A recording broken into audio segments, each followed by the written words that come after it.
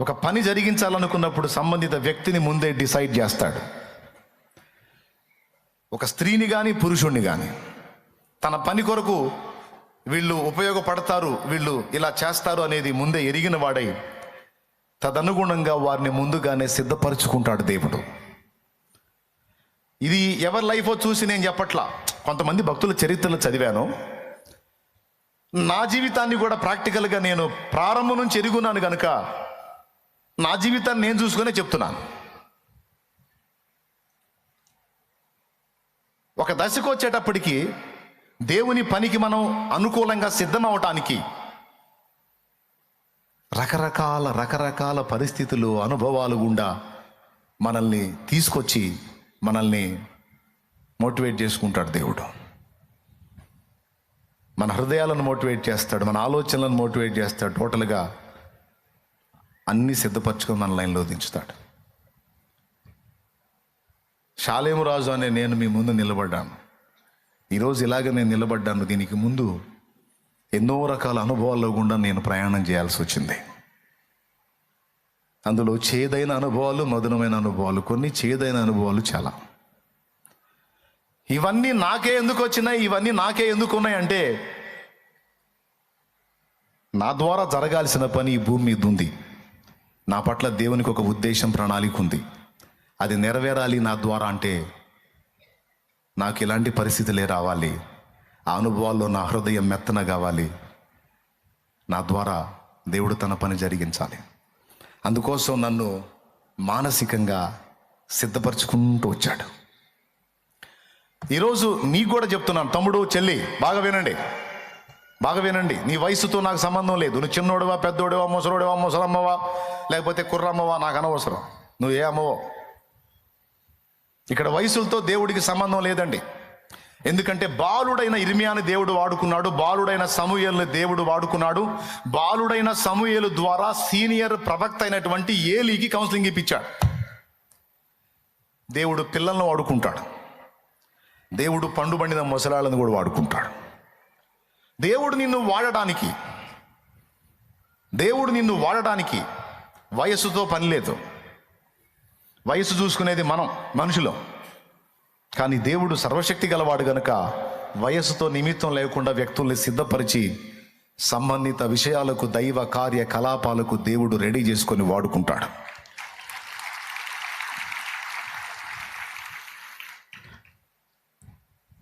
కొంతమంది 20 ఏళ్లకే సిద్ధమైపోతారు, కొంతమంది 30 ఏళ్లకి సిద్ధమవుతారు, కొంతమంది 10-12 ఏళ్లకే సిద్ధమైపోతారు, కొంతమంది 50 ఏళ్లకు సిద్ధమవుతారు. మోషే లాంటోడు 80 ఏళ్లకు రెడీ అయ్యాడు. స్తోత్రం అక్కాయ్. ప్రభువుకి చెప్పాకాయ్. అన్నయ్య చెప్పు. జాగ్రత్తగా వినండి, తీసుకోండి, ఈ మాటలు మనసులో తీసుకోండి. ఒకవేళ నువ్వు దేవుని కొరకు వాడబడాలన్న ఆశ ఉన్నప్పటికీ ఈరోజు కొంచెం ఏజ్ మారింది, నీకు డౌట్ రావచ్చు, ఇప్పటిదాకా నన్ను ఎందుకు ఆపాడు దేవుడు? షాలేమన్నలాగా నేను కూడా ఆ 24-25 ఏళ్లలో వస్తే నేను కూడా చాలా సేవ చేసేవాడిని, చాలా సేవ చేసేదాన్ని అనే ఫీలింగ్ నీకు రావచ్చు. లేదు, నా మీద ఉన్న ఏర్పాటు వేరు, దానికోసం నాకున్న సిద్ధపాటు వేరు. నీ మీద ఉన్న ఏర్పాటు వేరు, దానికోసం దేవుడు నిన్ను సిద్ధపరిచిన ఏర్పాటు వేరు. అప్పుడే చేస్తే బాగుండేది, ఇప్పుడే చేస్తే బాగుండేదని పాపం దేవుడికి లెక్కలు తెలియవని నువ్వేదో తిప్పలు పడవాకు. నిన్ను ఎప్పుడు సిద్ధం చేయాలో, ఏ విధంగా సిద్ధం చేయాలో, దానికోసం ఎలాంటి అనుభవాలు నీకు నేర్పాలో ఆ మహాజ్ఞానికి మొత్తం తెలుసు. ఎవరికి తెలుసు? ఆయనకి. అందుకే ఫస్ట్ చెప్తున్నాను, సంఘాన్ని కట్టాలి అనుకున్నప్పుడు సంబంధిత వ్యక్తుల్ని దేవుడు రెడీ చేసుకుంటాడు. ఇప్పుడు నా మీద ఎప్పటి నుంచి పనిచేసి ఉండొచ్చండి దేవుడు. పుట్టకముందు అంటే పనిచేయదు కాదులే. పుట్టకముందు నా వంశాన్ని బ్యాలెన్స్ చేశాడు, వంశం కంటిన్యూ చేశాడు. అక్కడ దేవుడు రిస్క్ చేశాడు. ఇక నేను పుట్టిన తర్వాత నాకు ఊహ తెలిసిన దగ్గర నుంచి ఈ రోజు వరకు అనేక రకాల అనుభవాలు గుండా నన్ను నడిపించడానికి, నేను అన్యుడిగా ఉండి విగ్రహాల చుట్టూ తిరుగుతున్నప్పుడు కూడా నన్ను ఫాలో అయ్యాడు. ఆయన నన్ను వెంటాడాడు, నా వెనకనే తిరిగాడు. నేను పిచ్చి పనులు చేస్తూ ఉంటే, వెర్రిమొరి చేష్టలు చేస్తూ ఉంటే, నేను విచ్చలవిడిగా తిరుగుతూ ఉంటే ఆయన మౌనంగా సహించాడు. ఎందుకు తెలుసా? దేవుడు నిర్ణయించినటువంటి నిర్ణయ కాలం వచ్చిన దాకా కొన్ని అనుభవాలు నాకు అవసరం.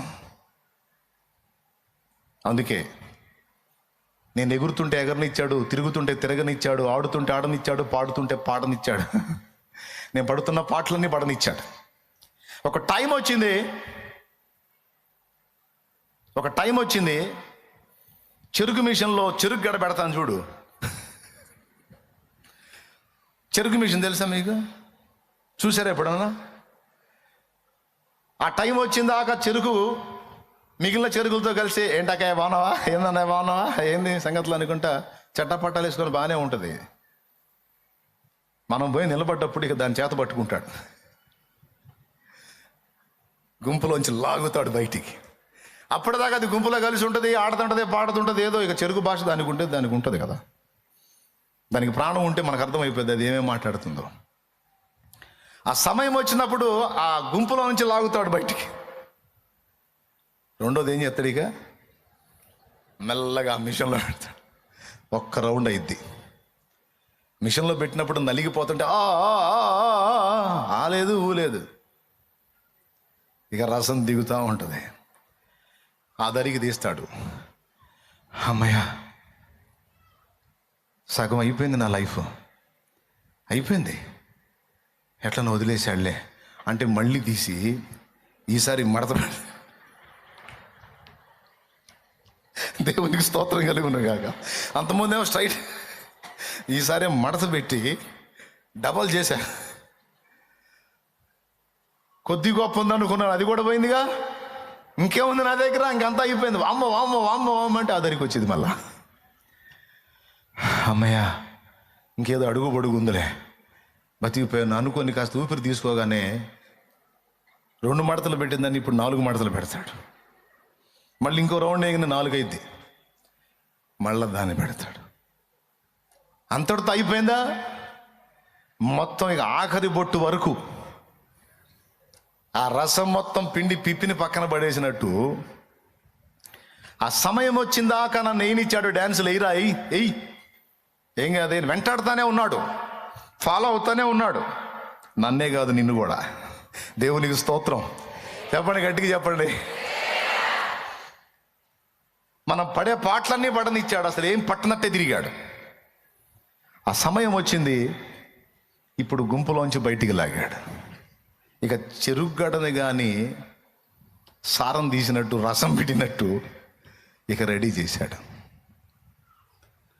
దీనికోసం ముందే ఎన్నో రకాల అనుభవాల్లో గుండా మనం ప్రయాణం చేయడానికి దేవుడు అనుమతిచ్చాడు. అందులో ముందే చెప్పాను, చేదైనవి కొన్ని, మధురమైనవి కొన్ని. వెరసి ఒక టైంకి వచ్చేటప్పటికి దేవుని సంఘము అనే ఇల్లు కట్టడానికి ఒక మేస్త్రి రెడీ అవుతాడన్నమాట. దేవునికి స్తోత్రం కలుగును గాక. ఏ మేస్త్రి? ఈ మేస్త్రి సరుకున్న మేస్త్రి కాదు, సారం పోయిన మేస్త్రి. ఇక తనదంటూ ఏమీ లేదు, ఏదన్నా ఉంటే అది ఆయన నింపి చేయాల్సిందే, నాదంటూ ఏమీ లేదు అన్న స్థితికి తెస్తాడు. పౌలును అలా చేశాడు, మోషేను అలా చేశాడు. భక్తులందరినీ ఖాళీ చేసి వాడుకున్నాడు. భక్తులందరిలో అంతకు ముందున్న రసమంతటిని పిండి తర్వాత దేవుడు తన పరిశుద్ధాత్మ అభిషేకమును నింపి ఆ ఖాళీ పాత్రలను తన పని కొరకు వాడుకున్నాడు. కాబట్టి అంతా అయిందే. వారు నిద్రించుచుండగా తన ప్రియులకు ఆయన ఇస్తున్నాడని ఉంది. నిద్రించడం అంటే ఏంటో తెలుసా? సొంత ప్రయాసలను పక్కన పెట్టి, సొంత ఐడియాలజీని పక్కన పెట్టి పూర్తిగా తన్ను తాను దేవునికి సమర్పించుకొనుట నిద్రించుటతో సమానం. ఈ నిద్రించినోడు తన శరీరం వదిలేస్తాడు, చచ్చిపోయినోడు కూడా తన శరీరాన్ని వదిలేస్తాడు. నిద్రించుట అన్న దగ్గర చచ్చిపోవటం అంటే ఇంకా బాగుంటుంది. చెరుకును కానీ దానిలో ప్రాచీన రసమంతటిని కూడా మిషన్లో పెట్టి మొత్తం ఆఖరి బొట్టుతో సహా తీసేసి దాన్ని ఖాళీ చేసినట్టుగా మనల్ని రకరకాల అనుభవాల్లో గుండా తీసుకెళ్ళి ఖాళీ చేస్తాడు. ఫస్ట్ మనల్ని దేవుడు చేసే పనది. ఎందుకంటే మనం ఆయన ఇల్లు కట్టాలి, ఆయన పనిలో మనం వాడబడాలి. అంటే మనం మన స్వీయతతో మనం కట్టలేము కాబట్టి, దైవశక్తితోనే అది జరుగుతుంది కాబట్టి మన స్వీయ శక్తి అంతా కూడా ఉడిగిపోయేటట్టు చేస్తాడు. ఈరోజు ఒకవేళ నిన్ను ఆ దిశగా దేవుడు నడిపిస్తూ ఉంటే, అలా నిన్ను పిండుతున్న అనుభవంలో నువ్వు ఉంటే భయపడొద్దు. ఎందుకు పిండుతున్నాడో తెలుసుకో. ఎందుకు నీ పాత్రను ఖాళీ చేస్తున్నాడో తెలుసుకో. ఎందుకు ఖాళీ చేస్తున్నాడంటే నీలో క్రొత్తదైన నూనె నింపటానికి. నిన్నెందుకు మళ్ళా పిండుతున్నా అంటే మళ్ళా నూతన తైలము నీలో నింపి, తన శక్తిని నింపి, నువ్వు ఎంత ఖాళీ అవుతావో ఆ స్థాయిలో తన శక్తిని నింపి, తన పనిని నీ ద్వారా జరిగించుకోవడానికి, తన చిత్తము నీలో నెరవేర్చుకోవడానికి దేవుడు ఈ పని చేస్తున్నాడని నువ్వు గుర్తుపడితే ధన్యుడివి, ధన్యురాలివి. నేను పర్వాలేదు అన్న స్థాయి దగ్గర నుంచి నేను ఎందుకు పనికొస్తాను అన్న ప్రశ్న నువ్వు వేసుకునే స్థాయికి తీసుకొస్తాడు దేవుడు, గ్యారంటీ. నేను ఇప్పుడు ఏం చెప్పాను చెప్పండి? ఏం చెప్పాను నేను?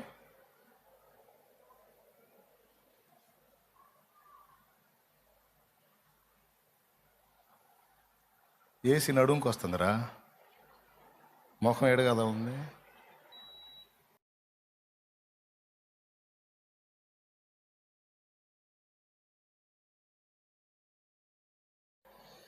హలో, ఏం చేద్దాం, నరాల వీక్నెస్ వాటికి కూడా వస్తుంది.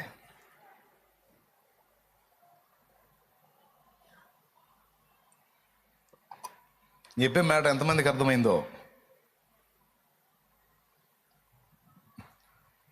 ఏం చెప్పాను చెప్పండి ఇప్పుడు? నేను పర్వాలేదు అనే స్థాయి నుంచి అసలు నేను పనికి వస్తానా అన్న స్థాయికి నేను దేకపోతే అప్పుడు అడుగు. పనికి వస్తానా, నేను పనికిరాను ప్రభా, నా దగ్గర సారమేమీ లేదు అని నువ్వు నిలిచినప్పుడు, రైట్, ఈ పొజిషన్, ఈ కండిషన్ ఇలా ఉంటూ నాకు కావాలి, ఇప్పుడు నేను ఖాళీగా ఉన్న నిన్ను నా శక్తితో నింపుతాను రా అని పిలుస్తాను. నా దగ్గర ఏం లేదు నాయన, నీకు పనికిరాను నేను అంటే నాకు అదే కావాలి, ఖాళీ పాత్ర కావాలి, వట్టి పాత్ర కావాలి. నువ్వే కావాలి యేసుకు, నువ్వే కావాలి, నిన్ను రక్షించగోరిన తండ్రికి నీ హృదయం ఇవ్వాలి, నిన్ను హెచ్చించగోరిన రాజుకి నీ హృదయం ఇవ్వాలి. నువ్వు ఉన్న రీతిగానే వట్టి పాత్రగానే, నువ్వు ఉన్న రీతిగానే వట్టి పాత్రగానే నువ్వే కావాలి, యేసుకు నువ్వే కావాలి, నిన్ను రక్షించగోరిన తండ్రికి నీ హృదయం ఇవ్వాలి, నిన్ను హెచ్చించగోరిన రాజుకి నీ హృదయం ఇవ్వాలి. ఎట్లా? నువ్వు ఉన్న రీతిగానే వట్టి పాత్రగానే, నువ్వు ఉన్న రీతిగానే వట్టి పాత్రగానే నువ్వే కావాలి, యేసుకు నువ్వే కావాలి, నిన్ను హెచ్చించగోరిన రాజుకి నీ హృదయం ఇవ్వాలి, నిన్ను రక్షించగోరిన తండ్రికి నీ హృదయం ఇవ్వాలి. దేవునికి మహిమ, దేవునికి మహిమ, దేవునికి మహిమ. ఒక మనిషిని ఖాళీ చేయాలి ముందు దేవుడు.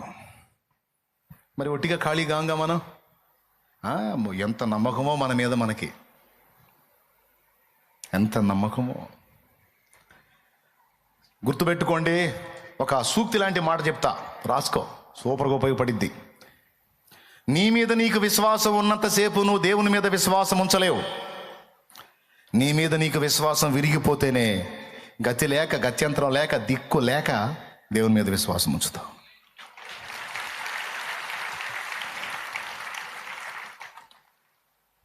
అర్థమై కొట్టారా? ఏమర్థమైంది? నీ మీద నీకు విశ్వాసం ఉన్నంత వరకు, నీ మీద నీకు నమ్మకం ఉన్నంత వరకు నువ్వు దేవుని మీద విశ్వాసం ఉంచలేవు. ఏ కాడికి నువ్వే ట్రై చేస్తుంటావు. ఎప్పుడైతే నీ మీద నీకున్న విశ్వాసం విరిగిపోయిద్దో ఇంకా గతి లేదు, ఇక దేవుని మీదే విశ్వాసం ఉంచాలి. మరి ఆ స్థితికి ఒక పట్టాన నువ్వు నేను వస్తామా? మన తెలివి మీద, మన జ్ఞానం మీద, మన విద్య మీద, మన చురుకుదనం మీద, మన నైపుణ్యం మీద మనకెంత నమ్మకమో. అప్పుడప్పుడు చాలాసార్లు ఇతరులతో కూడా డైలాగులు వేసాం, నేను మామూలు దాన్ని కాదు, నేను మామూలోడిని కాదు అంటే అర్థం ఏందనుకున్నా? పెద్ద ముదురునని. ఈ డైలాగు నీ పక్కనోడు కాదు, నువ్వు చెప్పినోడు కాదు, ఆ పైన ఉన్నోడు కూడా వింటాడు. నేను మావులోని కాదురో అనగానే, నిజమేరా నువ్వు మావులోడి కాదు, నిన్ను మావులోని నేను చేస్తాగా. స్తోత్రం. హలో. నేను మామూలు దాన్ని కాదంటే నేను చేస్తాగమ్మా, నిన్ను మామూలు దాన్ని చేస్తా, ఖాళీ చేస్తాగా అనుకుంటా. మనందరం వాడామా లేదా ఈ డైలాగ్? అబద్ధాలు ఆడుకొని చెప్పండి, ఎంతమంది వాడారు? లైఫ్లో ఒక్కసారి కూడా వాడలేదా? నేనేం పిచ్చిదాన్ని అనుకున్నావా? నేనేం తిక్కలోని అనుకున్నావా? నాకేం తెలివి లేదు అనుకున్నావా? నేనే అమాయకుడిని అనుకున్నావా? అమాయకురాలను అనుకున్నావా? నేను మామూలు దాన్ని అనుకున్నావా? మామూలోని అనుకున్నావా? వాయమ్మో ఎంత ముదురో. ఈ డైలాగులన్నీ మనం వేసాం, ఇందులో ఏదో ఒక టైపులోనైనా వేసుంటాం డైలాగ్ ఇలా. మరి ఇప్పుడు నువ్వు మామూలోడి కాదు, మామూలు దానే కాదు, నిజమే, అదొకప్పుడు. ఇప్పుడు కూడా అంతే ఉన్నావా? ఇప్పుడు డైలాగ్ మారిపోయింది. నువ్వు మామూలు దానివి కాదమ్మా, అమ్మో అన్నారు అనుకో, ఏముందమ్మా?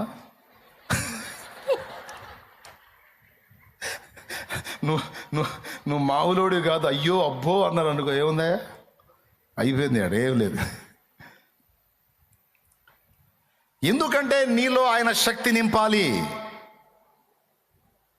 నీలో ఆయన జ్ఞానాన్ని నింపాలి, ఆయన వివేకాన్ని నింపాలి, ఆయన బలమును నింపాలి. దానికి నిన్ను దేవుడు ఖాళీ చేయాలి. అలాగా ఒక సంఘాన్ని దేవుడు కట్టాలనుకున్నప్పుడు, ఒక సమాజాన్ని దేవుడు ఉజ్జీవింపజేయాలనుకున్నప్పుడు, అలా ప్రత్యేకంగా చర్య తీసుకొని కొన్ని పాత్రలను ఖాళీ చేసి తన శక్తితో నింపి వాళ్ళని రెడీ చేసుకుంటాడు దేవుడు.